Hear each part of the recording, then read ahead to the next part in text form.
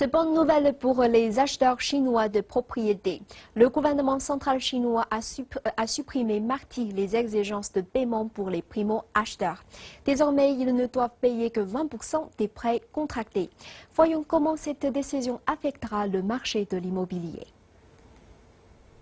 La conférence centrale de travail économique tenue à la fin de l'année dernière a parlé d'un dégraissage de l'inventaire immobilier en tant que l'une des priorités du gouvernement chinois. Et désormais, des mesures spécifiques viennent soutenir cette décision. Les acheteurs d'un bien immobilier, pour la première fois, n'auront besoin que d'un cinquième de leur emprunt en vue de s'offrir un nouveau lieu de vie. Et les experts indiquent que plus d'individus seront désormais capables de s'offrir un meilleur logement. Tout d'abord, cela bénéficiera aux demandes pressantes des habitants chinois pour de meilleures conditions de vie. Et cela aidera également à liquider l'inventaire du marché immobilier dans de nombreuses villes chinoises.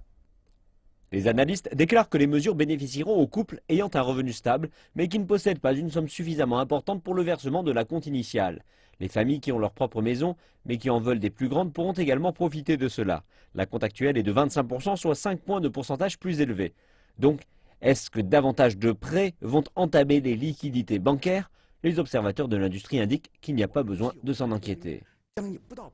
En gros, les emprunts ont représenté moins de 20% des dépôts des gens. Donc nous disposons d'une capacité suffisante pour régler la dette.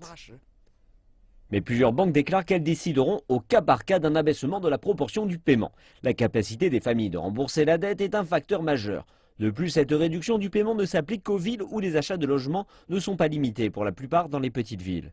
Les villes de premier rang comme Beijing ou Shanghai, où chaque famille ne peut posséder que 2 logements, ne pourront pas bénéficier d'un abaissement du seuil. L'année dernière, les logements non vendus ont représenté quelques 400 millions de mètres carrés, ce qui pourrait accommoder facilement 10 millions de résidents.